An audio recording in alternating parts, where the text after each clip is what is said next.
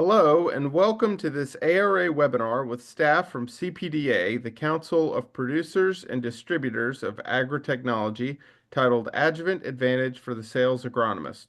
The fifth webinar in Season 3 of this series. Today's webinar will focus on storing and handling pesticides geared to applicator personnel and how to deal with compatibility, mixing, cold water, pumps, and hoses. We would like to take this time to thank Brand Consolidated for sponsoring today's webinar. My name is Hunter Carpenter, Senior Director of Public Policy for ARA, and I'll introduce our webinar speakers in just a bit. But first, I'll go over a few housekeeping items so you know what to expect. Webinars are an important part of the ARA professional development pathway and provide a great opportunity for ARA member companies to help educate their employees. Today's webinar will be recorded and added to the member-only ARA dashboard section of our website. As a reminder, you can log in to the member-only ARA dashboard to access past webinar recordings at any time. If you do not have an ARA login, you can email info@aradc.org to set one up. Questions will be addressed at the end of the presentation, but you can type them into the chat panel or Q&A function at any time. So with that out of the way, I'm excited to introduce our speakers, Johnny Roberts, Bill Chisholm, and Greg Dahl. Johnny has 45 years of experience in the development and technical support of pesticide, fertilizer, and adjuvant formulation. 44 of those years were spent with Helena Agri Enterprises. Johnny is also the co-inventor of 15 U.S. patents related to pesticide, adjuvant, or nutritional formulations. Bill has over 45 years of experience in agriculture and pest management. He grew up on a vegetable farm in the Salinas Valley of California and worked for the California Extension, a pesticide registrant, and retired after 22 years with the EPA Office of Pesticide Programs. He received his PhD in weed science from Virginia Tech. Greg retired from Winfield United in December of 2023, following over 40 years working for both private and public sectors. He's currently serving as president of the Weed Science Society of America and was president of the North Central Weed Science Society in 2017. He has been a certified crop advisor since 1998, and over 70 products have been brought to market from research by Greg and his team. Much of this research involves adjuvants and application technology. We would also like to acknowledge CPDA's advisory working group for all their input in helping make this such a successful series of webinars for both ARA and CPDA. Following today's presentation, a QR code will be displayed for you to scan from your mobile device and earn you one IPM continuing education credit as approved for certified crop advisors. Without further ado, I'm going to turn it over first to Bill. Thank you very much. And it's really a pleasure for me to be here and speak to you because I'm sorry you guys are going to be at the cutting edge of figuring out the impacts of ESA on pesticides. I'd like to take just a second and we have a Weed Science Society of America. I'm the chair of the Endangered Species Act Committee. This presentation and the majority of the slides are taken from a presentation available there. That presentation was made by a group of pesticide safety education program people, the USDA, some WSSA folks, and was vetted by the EPA. So that presentation is freely available. There's questions and answers to go with it, just to help to prepare the speaker. And also we have definitions and background information and more there. That's at wssa.net/endangered-species. Thank you. Next slide, please. So what is the Endangered Species Act? And along the way, I'm going to start using the acronym ESA. The ESA was first passed into law in 1973, so over 50 years ago. It requires government agencies to ensure that any action they take will not jeopardize any species that's federally listed as endangered or threatened, or to their designated critical habitats. Any actions they take.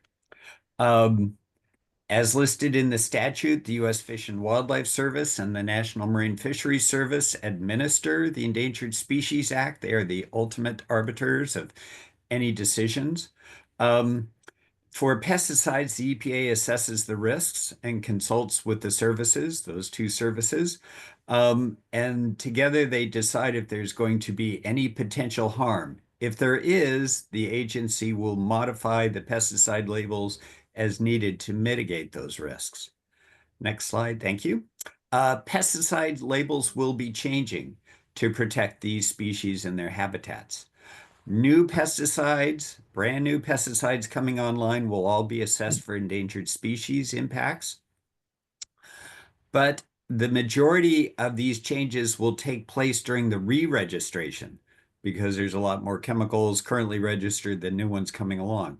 So you will only see these changes on a few labels this year. It could take 15 years or longer to see this on all labels. I am really thankful we're only going to see it on a few labels this year. So it gives everyone a chance to try and figure out what they have to do and what's going on and etc. So next slide, please. Why now? The ESA was signed into law by Richard Nixon over 50 years ago. Why now? Well, why now? Because a couple groups got together and sued the EPA.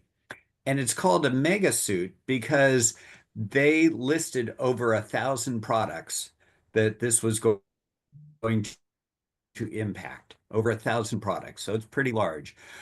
At the end of that court trial, the court said, well, you've had 50 years to do this. You've tried unsuccessfully, you've made modifications, but not sufficiently to protect these species. So the court and the EPA said, okay, we're going to figure out some ways to streamline the process. And I'll talk about some strategies in a second to streamline the process and make sure we protect these species. Next slide, please. So it's nice to talk about a timeline so people can think about when will labels change. I'm a weed scientist by training. I think about herbicides, but we have strategies to speed up the registration process to protect ESA species in place for rodenticides and herbicides. Insecticide strategy should be finalized this year, and the fungicide strategy will be worked on next year. So all major classes of pesticides are being addressed. Currently, these impacts, they're only looking at impacts to agricultural fields because that's probably 80 or more percent of all the pounds of pesticide applied. So it's a good place to start. But it's agricultural settings is where this is going to have the most impact. Next slide, please. Thank you. I like to remind the audience that the ESA has been incredibly successful.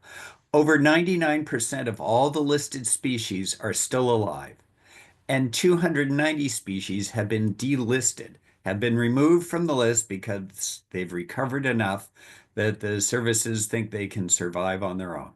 So it's been incredibly successful. I think if we put our mind to it, agriculture can help and help make this a success for a lot more species. And I'm really hoping we can make this work out. For one thing, Congress says we have to do this, and two, it would be really nice to protect these species. Next slide, please. Um, in meetings, I've had people say, so we have all these mitigations we're going to have to start thinking about. This is really too complicated. And I like to point out that things could be really easy and straightforward, or they could be complicated, but with the complication, more people get to use these pesticides. So option one in this example is remove the pesticide from the US marketplace. Any pesticide that could impact listed species or their critical habitat would just be removed from sale in the US. That would be really simple. That would impact a lot of people. Option two, restrict its use to only crops and sites in counties or states without any listed species or critical habitat. The map on the right, in the lower right corner, is a distribution of endangered species, threatened and endangered species in the US. The darker the color, the more species. There's a lot of red, there's a lot of brown there. There's species all over the place. So if we restrict its use to crops and sites without endangered species, that takes a lot of the US agriculture out of play. Option three, which is more complicated, gives us the benefit of using these products in more spaces. So that would be to add mitigations to protect the species. It minimizes the number of impacted users, allows use in many crops or sites, and many counties and parts of the country. So would you prefer to not have access to the products or have access to it with mitigations? I personally think the mitigations are a good way to go. Uh, Next slide, please. This is a map of the Fish and Wildlife Service and National Marine Fisheries. So species range in their density. The darker the color, the more species. Fish and Wildlife Service covers the terrestrial species, and National Marine Fisheries are the aquatic species on the coast. So every county in the US has at least one ESA listed species. Every single county in the US has at least one. So when groups tell me or an individual tells me, I don't think there's any species anywhere near me, I think they don't realize. They are just everywhere. Next slide, please. I like this graphic. It was given to me by Ryan DeWitt with National Marine Fisheries Service. There's 1,700 species on the endangered species list. 1,700. In the top box where it says plants, the bigger the box, the more species in that category. More than half of the endangered species are plants. I'm a weed scientist. Greg's a weed scientist. We care about plants. Clearly they're impacted here. And that's why the WSSA created a committee to see what we could do to help. Um, so plants, fish, insects, mammals, birds, clams.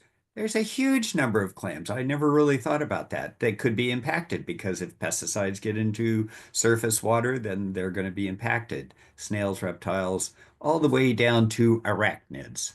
Um, the second box is the number of species the U.S. Fish and Wildlife Service does in gray versus the National Marine Fisheries Service in blue. So the preponderance of species are protected by Fish and Wildlife Service. In the herbicide strategy, it said there's over 900 species impacted by herbicides. And in the insecticide strategy, it said there's over 850 species potentially impacted by insecticides. So 1,700 species total, more than half of these are being impacted by herbicides or insecticides. Next slide, please. So what kind of label changes are we going to see? The first herbicide with an ESA assessment was Liberty Ultra. Um, One of the changes will be ESA labels are going to start directing users to EPA web pages. We've always said the label's the law. Now we're going to start seeing more links to web pages. So in this case, they could be to Bulletins Live 2 or a mitigation menu. There's a lot of problem with people not having adequate access to the internet, and the agency's aware of that and are working to try and see if there's something they can do. There's three other types of label changes that we're going to start seeing on labels. Mitigations to reduce spray drift, mitigations to reduce runoff and erosion, and then mitigations for specific geographic locations. These are areas where the listed species or their critical habitat are found, and those are referred to as pesticide usage limitation areas, PULAs. What a swell acronym. Next slide, please. So, spray drift buffers. The spray drift buffers are on a percent scale. The the more points you get to reduce your buffer, the lower the higher the percent reduction. So if you can come up with a 75% reduction on a 100-foot buffer, you're down to a 25-foot buffer. Buffers are to protect unmanaged areas. So a managed area can be part of the buffer. Things like agricultural fields, roads, CRP land, mowed areas, equipment yards. Um, as it currently exists, there's 15 ways to reduce buffer distances. Some applications do not need buffers, such as spot treatments, tree injections, chemigation. Buffer distances can go from 0 to 230 feet for ground applications, 0 to 320 feet for aerial, and 0 to 160 feet for air blast or orchard applications. So some of these can be pretty big buffers. Thank you. This is an example from Liberty Ultra, and one of the things they did to reduce the buffer for the user was to require a oil emulsion, a drift reducing adjuvant. And Johnny Roberts will be talking about those in a bit, and Greg will as well. So they've required a drift reducing adjuvant. They've required medium to coarse droplets, and they've required a lower boom height. All together, that got their buffer distance down to 10 feet for ground or 50 feet for aerial. So there's quite a few things in addition that can be done to reduce your buffer if you need to an even lower distance. Next slide. Mitigation for runoff and erosion. And the other one was a percent scale. This is a point scale. Uh, I just point that out because the numbers will be very different. The runoff and erosion, they are trying to protect listed species in critical habitat of up to 1,000 feet downslope. So these are pretty long distances. Just like the spray drift, some things can be in those areas, ag fields, roads, gravel surfaces, conservation reserve land, etc. You will need 0 to 9 mitigation points, or excuse me, herbicides can have a total of 0 to 9 mitigation points.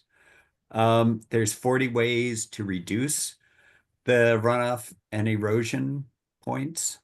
And just like spray drift, some applications do not need buffers, such as spot treatments, tree injections, chemigation, etc.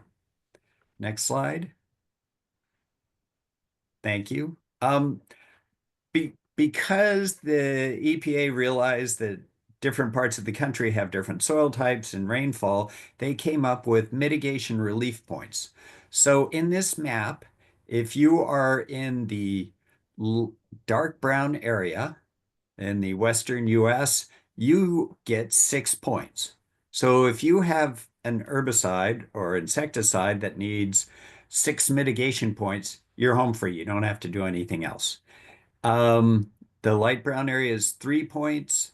The light green area is 2 points. And the dark green area, sadly, is no points. There is no mitigation relief points for the dark green.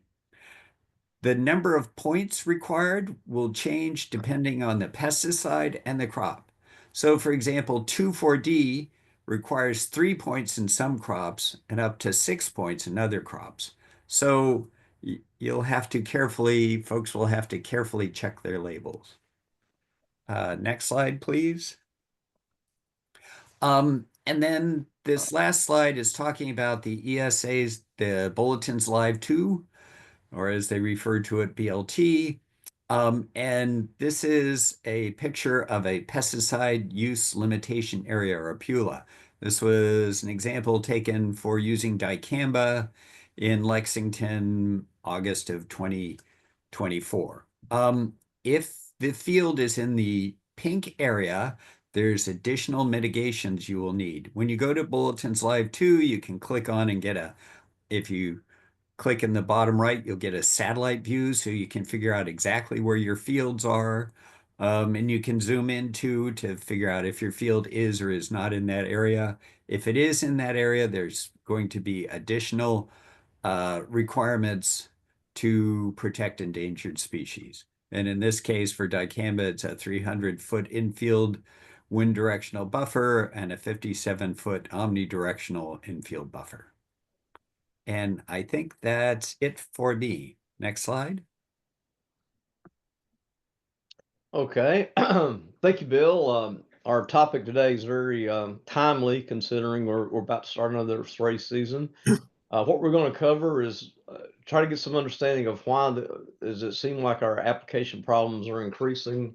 How do we prevent some of the foam and mixing problems that we're incurring? What are some of the new concerns as it relates to biopesticides? And we'll also discuss about some of the other variables that can impact efficacy and application, along with some handling and equipment cleanout issues as well. Next slide. In terms of resources, I'll be leveraging off of these three. The Purdue Extension publication 122 dealing with tank mixing errors is very useful for those of you who'd like to follow up, as well as the one that discusses water temperature impacts on herbicide performance, Extension publication 112. Next slide, please. So does it seem like these problems are becoming more common? And understand that we're dealing with more active ingredients that are subject to heat, water, quality of sunlight variables. There's a big motive to combine our treatments. There's a greater use of suspension concentrates, and we tend to be encountering a lot more foaming than what we used to in years previously. Next slide. And Greg, I believe this is something that you're going to discuss here at this point. Sure. Thanks, Johnny. So when we all first started with this, we were using one herbicide, maybe with an adjuvant or not, or maybe two herbicides with an adjuvant or not. And things were pretty simple, and largely we didn't have a lot of problems. Well, now with weed resistance, we've got to have at least two effective modes of action or sites of action. A lot of people are putting in residual herbicides. We need to have effective adjuvants going along with that. And then just to save time and things like that, people are mixing with insecticides, fungicides, fertilizers or micronutrients, biostimulants, growth regulators, and whatever the new amazing miracle product is out there. And so we got a lot of stuff going in the tank. And I have a saying which says if the number of things that you're putting in the tank is greater than your gallons per acre, it's not going to work. And we do have a lot of complexity here. And because of that, we do have a lot more tank mix problems. So next slide. And it seems like these are always on a Friday afternoon, right? And we have a lot of reasons to mitigate and prevent these problems. I mean, we have the lost time, the resprays, the worker exposure, environmental exposure. So getting our training and spending time on preventing bad spray mixes is a worthy endeavor. Next slide. So these are general guidelines, and this is what we want to focus through our whole webinar today, is that we are more interested in prevention than resolution. And oftentimes dilution is the solution. Pre-mixing is the thing that we are most discouraging, we have to avoid. You'll realize once we finish the webinar that a big part of what we're trying to do is to get these things fully dispersed in water as they were intended before they come in contact with one another. And just recognizing that addition order does matter.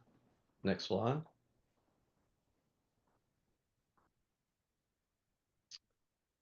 Now, Greg, I believe you have some insight on this one. Basically, this is a list of how things generally are mixed. And the first thing I would say is that start with a clean sprayer. Make sure it's cleaned out to prevent a lot of problems. And then take a look at that storage container. Does the product inside it look good, or did it settle out? Did it freeze? Did it phase? Things like that. And then if you have bad product, you need to try and make it so it will be good product. And then as we go through there, things that need to get wet. So we're going to start with plenty of water, and then we're going to mix things in proper order. The solids or the SCs, we're going to want to get in there. We want to get them wet and agitated, and then we're going to mix the other products in order. If you don't know what to expect, I really do suggest a jar test, because it's a lot better to mess up a pint or a quart of something than to put a spray tank through the mess of trying to figure out what to do after it went bad on you. Next slide. So addition order does matter. And again, our goal is to get everything completely dispersed before they come into contact with one another. Realize that the formulations around these materials are essentially designed with the idea that they're going into water and not coming into contact with undiluted materials. And oftentimes, and in fact, most of the time, the order of addition is usually driven by the type of formulation. Next slide. So what are the general guidelines on mixing order? Okay, if we leverage off of the avoid tank mixing errors and long commercial experiences that I've had, always start with about half the amount of water fertilizer that is going to be at the carrier. And if you've got a fertilizer in this mix, include your spray mix compatibility up front. And your foam control agents, they should always go in as the first ingredient. A lot of these suspension concentrates, wettable powders, microencapsulates will go in better if they're pre-slurried before they're dumped into the water itself.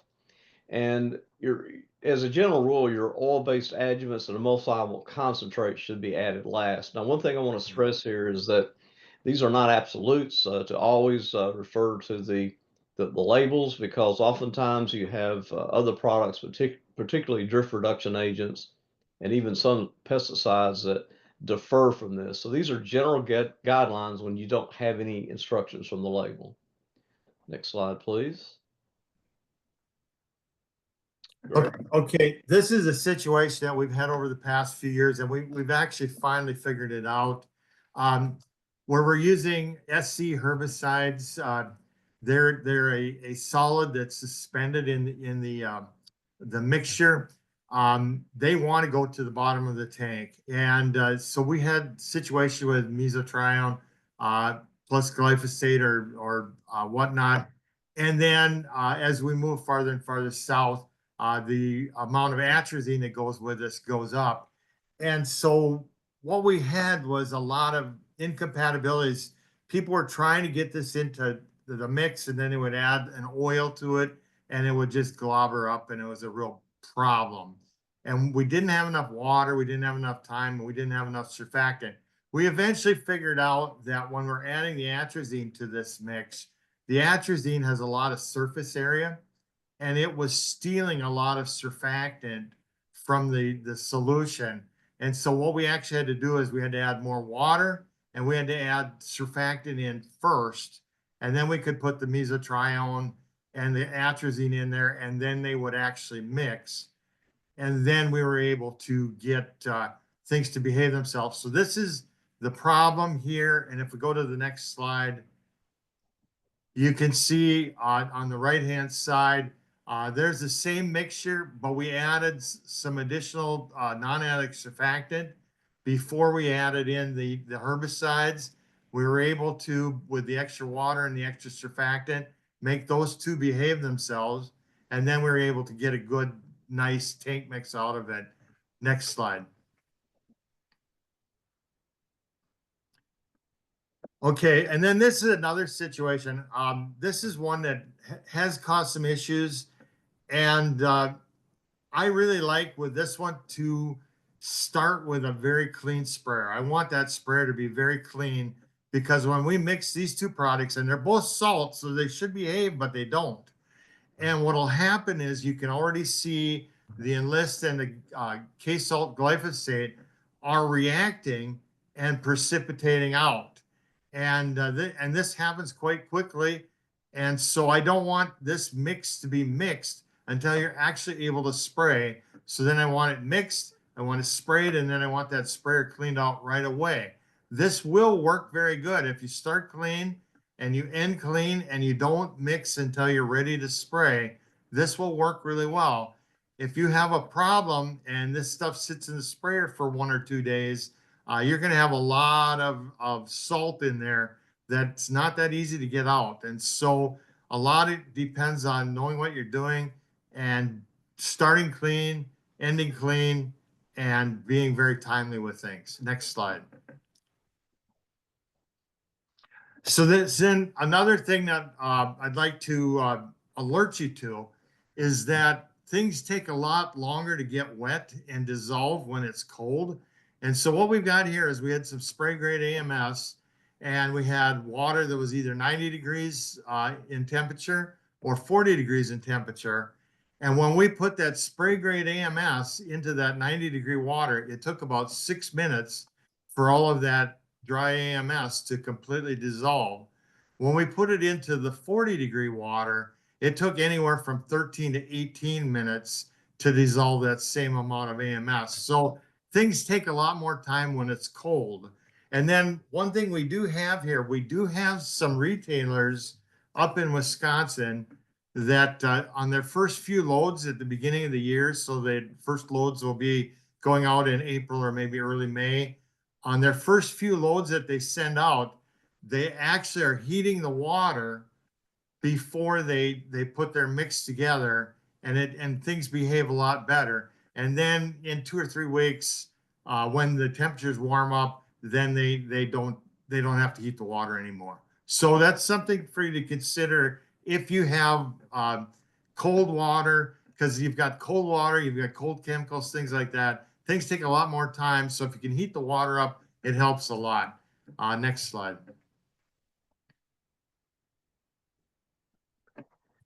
Okay, a real problem solver for us are compatibility agents.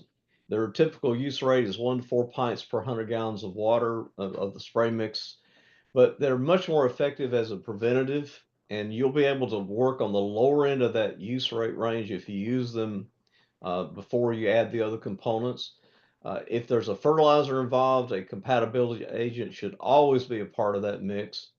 One thing to be aware of, a lot of these materials are able to thin up the spray mix, which is what you're after. You're trying to get these things into more uniform, thinner state to spray, but that means they're going to settle. So you oftentimes have to add a little bit more agitation.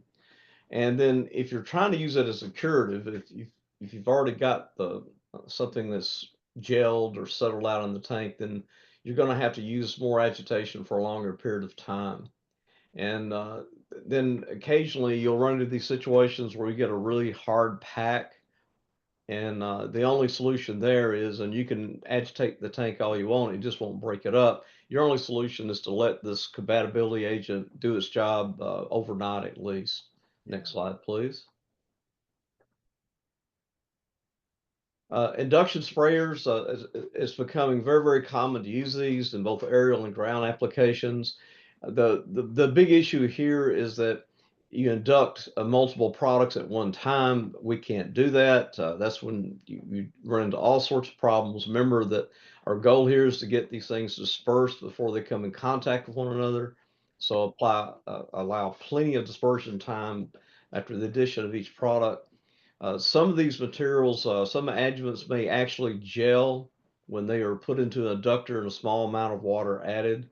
This is something you'll have to work through with slurries and things of that nature, but be aware of it. It does tend to happen. And also, these things can be big foam generators. And if you induct emulsifiable concentrates and oil-based adjuvants into a small amount of water, you may get either both foam or a thick mixture. So again, we stress always include a foam control adjuvant. Next slide, please. So these foam problems, talked a lot about them. We'll continue to, it's more than a nuisance. Foam can impact spray calibration, worker exposure issues go up, and it also is a factor in making it difficult to obtain uniform mixtures. So it's a big issue. Coverage can be reduced, drift potential goes up, and we're getting more of it as spray application volumes go down and agitation times and speeds go up. Next slide, please. So we have these useful foam control agent tools, but again, we tend to not use them correctly. We usually use them after the fact. They work much more effectively and at lower rates when they're used preventatively.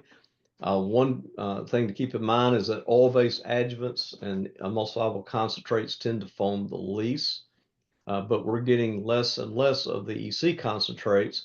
So again, we have more opportunities to produce foam.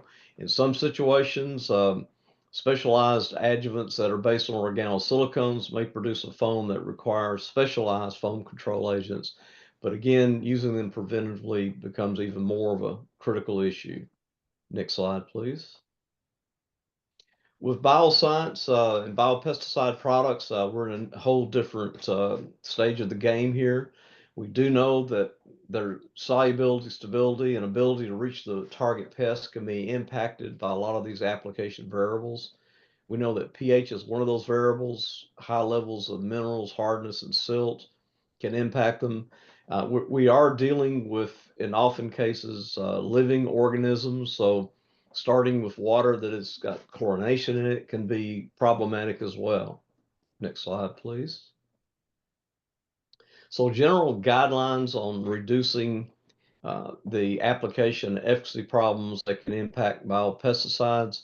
As a general rule, we need to keep them out of direct sunlight and apply them at temperatures less than 90 F. Most of these active ingredients have their best stability in pH ranges of 5 to 8. It's acidity that seems to be the most detrimental, particularly when you get below pH of 4. If you have chlorinated water, which of course is going to be the case with any of water that's coming out of municipalities, either you allow that water to stand 24 hours before you use it, or you can treat it with potassium thiosulfate fertilizers with a ratio of 7 parts per million of the fertilizer for each part per million of chlorine. And also be aware that a lot of the spray mixes that contain metals in them, like molybdenum, copper, manganese, iron, they can react negatively with spores and other organisms and actually be toxic to them. Next slide, please. So what are some other factors? Realize that some components you add, and Greg had a discussion on ammonium sulfate. It's one of others like ammonium nitrate and urea that can actually reduce the temperature of water when it's poured into it. So be aware of those, and you'll have to work around that accordingly. High water temperatures and direct sunlight actually dramatically can reduce the stability of herbicides like clethodim, sethoxydim. These materials should be mix and spray. SUs, sulfonylureas in the group 2, their stability in water can often vary on temperature, pH, and time. The degree of this problem depends on the specific active, so any questions there, consult manufacturer, but typically those things are a mix and apply scenario as well. One of the things that you may not be aware of is that water temperature itself can directly impact herbicide efficacy. Next slide, please. This is some work that Purdue did a couple years back where they were evaluating the impact of water temperature on the performance of some pretty big herbicide groups here. 2,4-D, glufosinate, mesotrione, and glyphosate with or without dicamba showed negative weed efficacy impacts when the temperatures were 41 degrees or less. And what they found that this is obviously something that happened most likely in early spring and late fall. Avoid using scenarios where the temperatures are less than 40 degrees. The belief or hope that the tank color, like for example, black versus white, can have some impact on this. They found that it has minimal impact on the temperature of the water, and that this negative impact is specific to some weeds. Okay, next slide, please. So general guidelines for minimizing tank and hose contamination. The issue here is that clean application equipment as soon as possible. Stainless steel contains less residue than synthetics. And if your pesticide is water soluble, those are the easiest to remove. And that's part of the basis behind a lot of our spray tank cleaners. They raise alkalinity to make a lot of these pesticides become water soluble. and that makes them much more easy to disperse and remove from a tank. Anytime you have oil or an emulsifiable concentrate along with the pesticides, be they water soluble or insoluble, that's going to make your clean out difficulty that much more challenging. So successful sprayer clean out depends both on your technique, hose type, and the use of the tank cleaner. But again, stress that top point. Anytime we can clean our equipment out as soon as possible, your job decontaminating them is made that much more easy. Next slide, please. This is one that deserves some special attention. As we know, methylated seed oil or MSO is getting a lot more extensive use in both adjuvants and even in pesticide formulations due to their ability to increase efficacy and serve as a substitute for solvents. Be aware that there are variations in grade and sources. Some of these MSO type materials, particularly on the adjuvants, may actually gel when they're put into water that has temperatures less than 50 degrees F. This is something that you'd like to know the answer to before you get out into the spray season. You can either confirm with a jar test or the manufacturer they can tolerate colder temperatures. Don't underestimate the temperature of what's coming out of your well. Another big limitation is one that we keep running into, that there are high solvency properties, which is what makes it such a good adjuvant, also limits their compatibility with hose tanks and pump seals. Next slide, please. So we know from experience and compatibility and realize that a lot of this was learned the hard way. Avoid hoses and seals made from rubber, butadiene, EPR, EDM, EPDM, neoprene, or santoprene. Hoses made of these materials can lose their integrity. They can soften. They may not burst or open, but they will certainly soften and become very difficult to use. Your preferred materials there are Viton, nylon, Teflon, and UHMW. And one thing to keep in mind, as we know, there are a lot of different origins for our MSOs. Some are derived from soy, corn, canola, and palm. It doesn't make a difference about its crop source. These rules as it relates to seal and tank compatibility apply to all of them. We have more flexibility when we come to tank storage. Steel, aluminum, fluorinated PE and PP tanks are acceptable. Just be aware that some fiberglass tanks are not. And this is something that we have not been able to narrow down, why some fiberglass tanks have a problem and others do not. But in a situation like that, we go back to the manufacturer for compatibility. And this is an area we've identified a problem.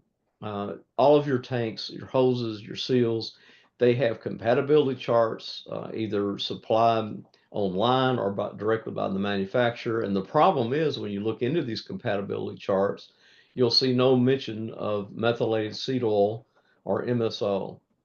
So there's an assumption, well, if there's no guidance on it, there's no problem. That's so far from the truth.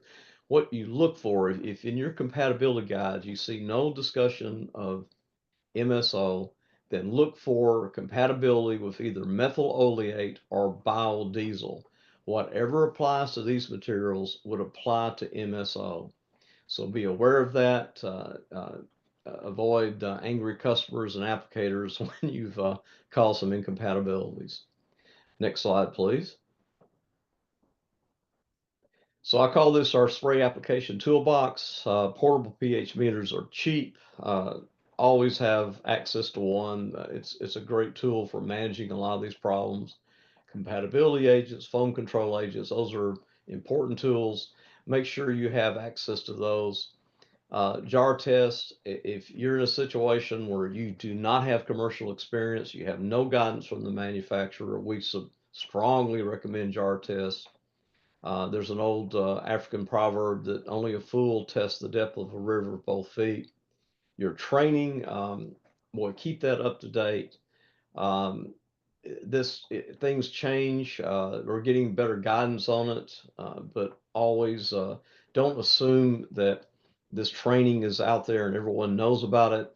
One of the assumptions in my experience was assuming that everyone knows that you don't do certain things. Never assume that. Always communicate, particularly if you've had problems in the past. And another thing we like to stress is that we see that some of the same problems popping up every year, and then having to deal with those, and then also coming up with the same solution that we did the year before. So document these problems and solutions as you encounter them. Next slide, please. So what does all this mean? What's the bottom line? Well, we're gonna the combination of having to have more multiple spray combinations, environmental variables, the inevitable incompatibilities, managing ESA.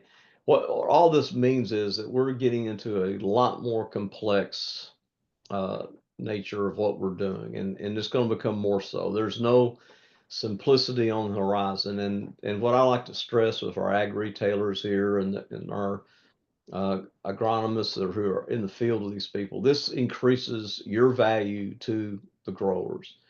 You're going to be the tool that helps them cut through this complexity and allows us to manage it. Again, stressing, we want to do prevention more than resolution. Identify potential problems and head them off with your past experience and training. So we always stress that. And again, if you're in a situation where you do not know the compatibility of a particular mix, you've had no experience with it, and you've got no guidance from the manufacturer, conduct and do a jar test. Next slide, please. So customer objections, and oftentimes we deal with compatibility agents, we deal with foam control agents. It's one more input, one more cost that we're adding to the tank, adding to the application. So what are some of the objections that a grower would routinely bring up on using these tools? Well, there's oftentimes this feeling that if the manufacturer really felt you need them, they would build them in, realize that there are many variables that prevent them from doing that. Oftentimes, there's just not enough room in the product to build these materials into. So there is no one size fits all product. And if you've never had mixing issues before, that's great, but realize that both pesticide and fertilizer formulations are subject to change. Just assuming that you didn't have a problem in the past doesn't mean that you won't in the future. And another is that well, how do I know when to use them? Oftentimes, I do not have guidance on the labels and whatnot.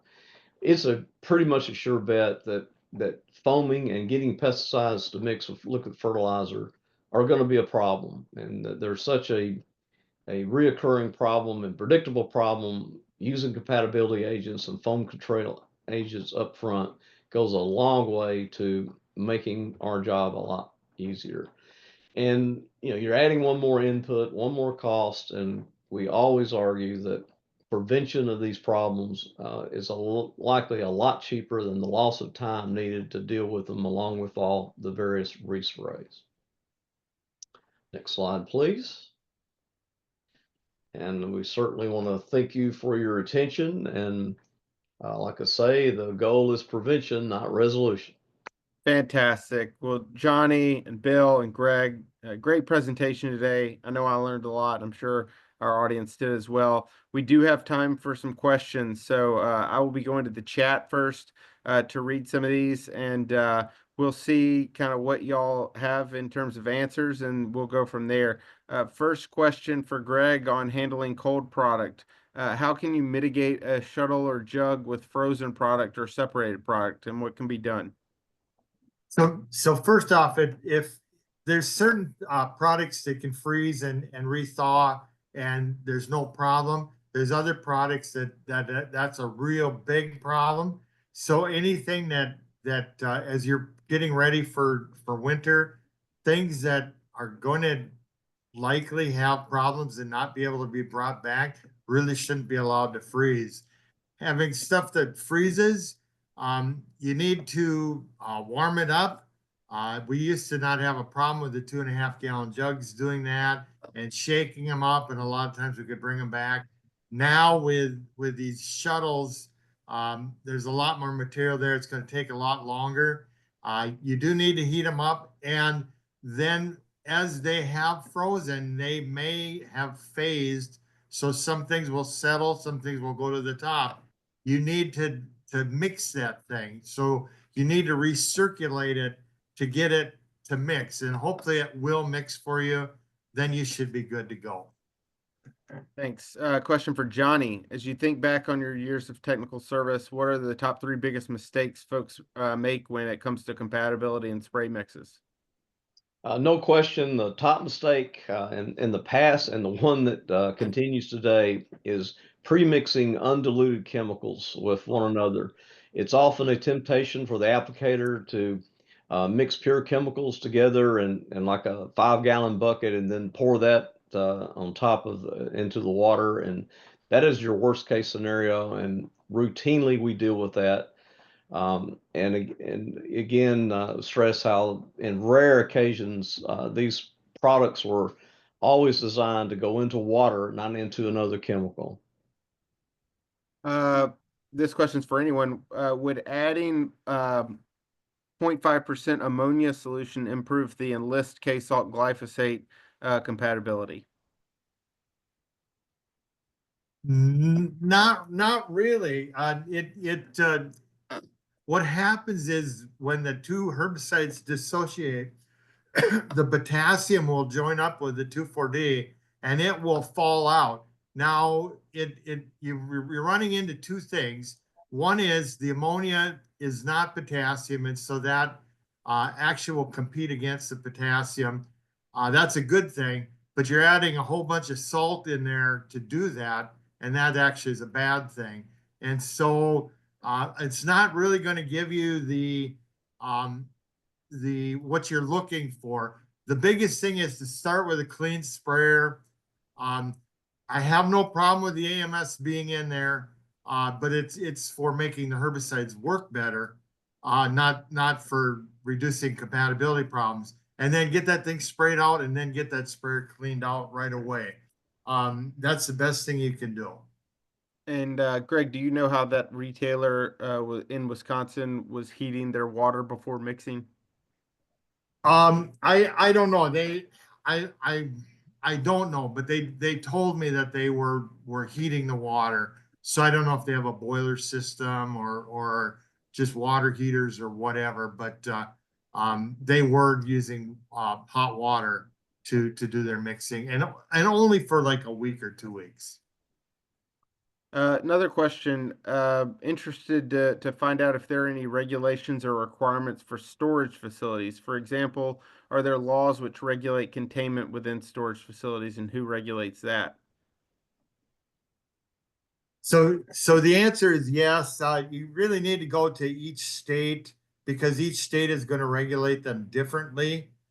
And somewhere between the regulatory agency like the Department of Ag and then the Extension Service may have good information on how to do that. And then I might just turn this over to Bill to see if Bill has any ideas. Yeah, I think you're right that every state regulates that, and there are rules about how these things are stored and contained and secondary containment and that sort of thing. But you're right, every state regulates that themselves. So you'd have to go to the individual states to see their requirements. Yeah. Thank you. Yeah, earlier in the presentation, Bill used Liberty Ultra as an example for one of the labels that's changed, and this is for anybody. Can you talk about the role that DRAs can play in reducing the buffer zone for products like Liberty? Well, if I may, let me start and then Greg can help.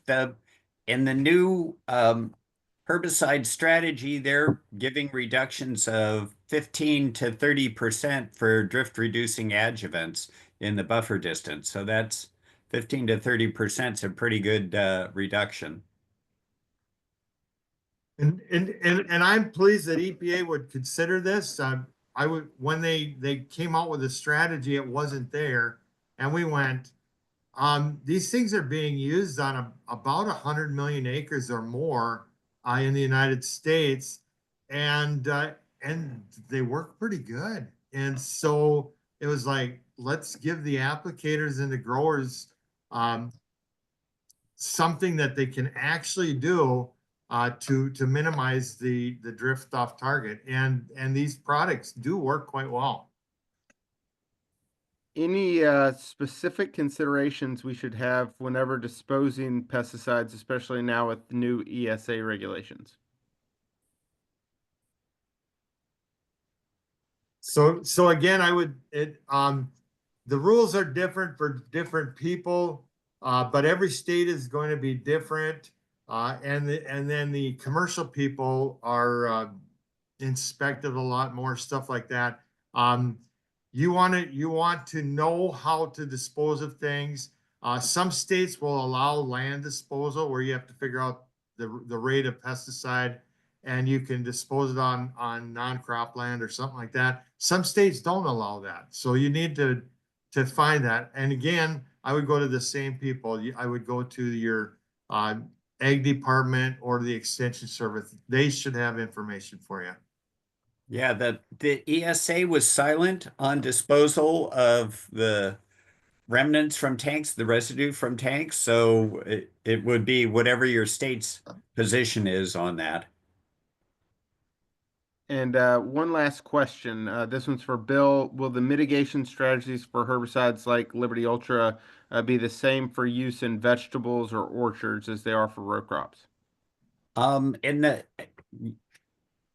Yeah, I don't remember what crops are on the Liberty Ultra label, but the conservation practices and the buffer distances are laid out for field crops and orchards and vegetable crops and etc. So that whole list is in there. Or excuse me, options are in there that are relevant to the different crops. Because obviously some options aren't available to certain crops. But you have to look it up because different crops will have different requirements. So you have to look it up for every crop that you're using that product on. All Yeah, right, one last question. Do the pesticide applicators need to report these mitigation practices while submitting pesticide reports to state regulatory agencies at the end of the year? Um, uh, if I may, I'll try this one. We've been in discussions with different states and the state regulators, and they're still trying to decide what they're going to require and how they're doing that. So they have been in numerous discussions with the EPA on this topic. So I think every state's trying to figure this out for themselves. Yep. Yep. All right. Well, thank you all. Johnny, Bill, Greg, you've done an awesome job today. We really appreciate all your input. We do have the QR code for those of you who want to get those CEU credits where you can scan that today. We have another webinar coming up March 11th at 1 p.m. Eastern on adjuvants and unmanned sprayers. So thank you to Winfield United who stepped up and is sponsoring that webinar. Thanks again to Brant for sponsoring today's webinar. Again, we have recorded this webinar and it will be available at aradc.org for participants. If anybody else that missed today's webinar wants to rewatch and get your CEUs, we'd love to have you on the next one as well. But there's a place where you can go and do that.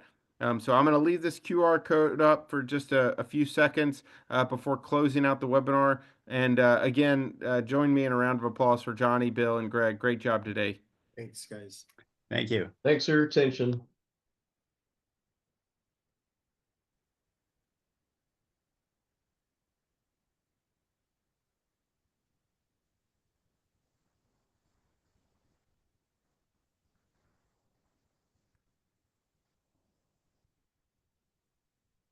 All right.